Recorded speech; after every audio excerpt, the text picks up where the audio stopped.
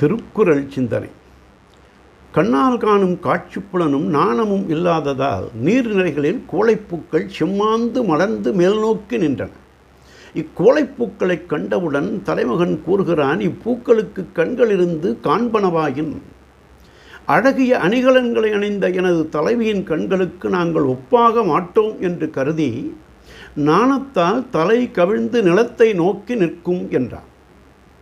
பொதுவாக பெண்களின் கண்களுக்கு கோலை மலரையும் முகத்திற்கு தாமரை மலரையும் ஓமையாக கூறுதல் மரபு. தாமரை போதில் பூத்த தன்னரும் கோழைப்பூ போல் காமரு முகத்தில் பூத்த கருமழை தடங்கண் என்று சீவக சிந்தாமணியில் வருவது போல தன் தலைவியின் கண்கள் இருந்தன என்று காதலித்த நிலையில் கூறினார்.